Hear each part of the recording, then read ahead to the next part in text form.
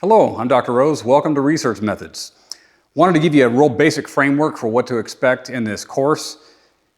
First part of the course, all the ways we can be wrong. And there are a lot of ways we can be wrong. One of the first things, fallacious reasoning or fallacy. The most common fallacy that you're going to learn about is overgeneralization. People take a single data point and then they apply it to everything. You're going to notice this when you start to think about what your research topic is going to be. Analyze it, scrutinize it, and see how broad it is. And some of the ones I've seen before is that, let me see, that I want to study racism in law enforcement organizations throughout the United States. Wow, okay, which city, county, state, organization, officer, incident, it's way too broad, right? So overgeneralization. You have to kind of hone it down to, what am I looking at? I need to study this. We'll talk more about that. Also, fallacy that you'll learn about, argumentum ad populum, simply Latin for, well, everybody's saying it, therefore it must be true. Another one is composition fallacy. And I'll give you a list of these fallacies. I'll post it on Blackboard, where it's just so many different ways to be wrong. But composition fallacy, point 1 is true, point 2 is true, therefore point 3 must be true. And I actually saw this in a case where a woman was arrested for domestic violence because there were 3 allegations. 1, she slapped her husband. 2, she stabbed the wall. 3, she held a knife up to her wrist. So the logic that unfolded there was, well, she admitted to stabbing the wall. She denied slapping her husband and stabbing and putting the knife to her wrist. Well, since 1 is true, then the other 2 must be. And then she went to jail. That's composition fallacy. You can't get there from here. I mean, a real stupid example of that would be, let's see, my name is Dr. Rose, I live in Idaho, and I'm an astronaut. Well, the first 2 are true, you must be an astronaut. No, we'll talk more about fallacy. Bias is a big one.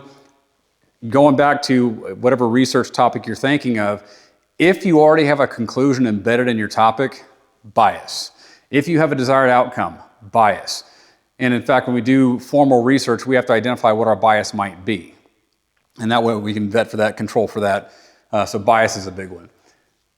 Misperception, I'll show you the brain power video where you're going to see how your brains can get really weird with you.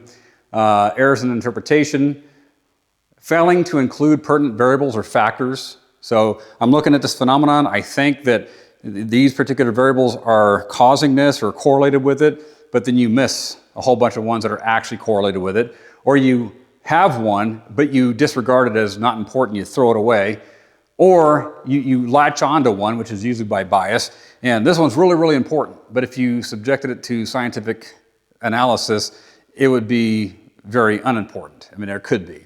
So another one is ignorance. You just don't know anything. You go into a subject going, I'm going to study this, but I already have all the answers, but you don't. You haven't read anything, researched anything. It's on the internet, so it must be true. No, ignorance is a big one, overconfidence. I know everything, no, stop that. So many more ways to be wrong, but these are the most common that you're going to see in society. So how do we get it right? Do proper research. So it's not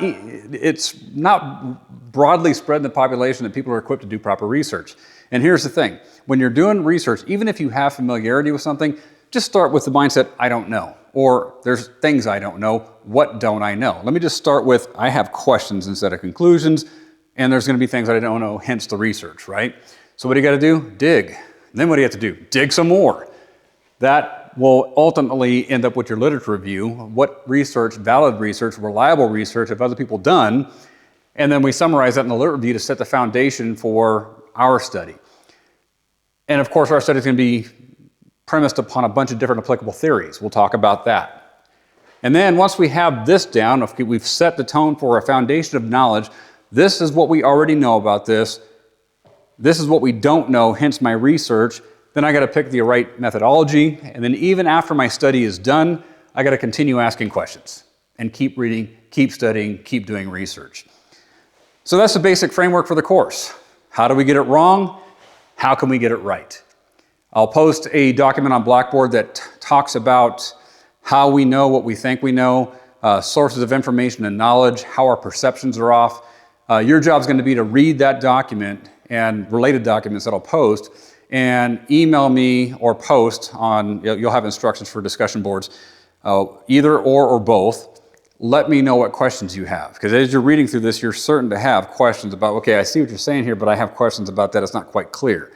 And so you'll want to make sure that you get those questions to me so I can produce a follow-up video, post it on Blackboard, and answer those questions for you.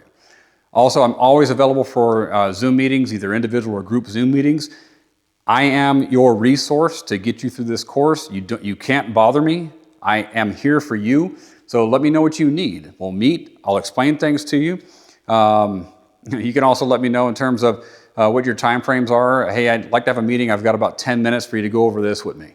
Because there's some times where I go a little bit more long-winded than you might expect or want. So help me out with that. The idea is to make sure you understand your assignments, make sure you understand the materials. Let me know if you have any questions, and allow me to assist you through this course.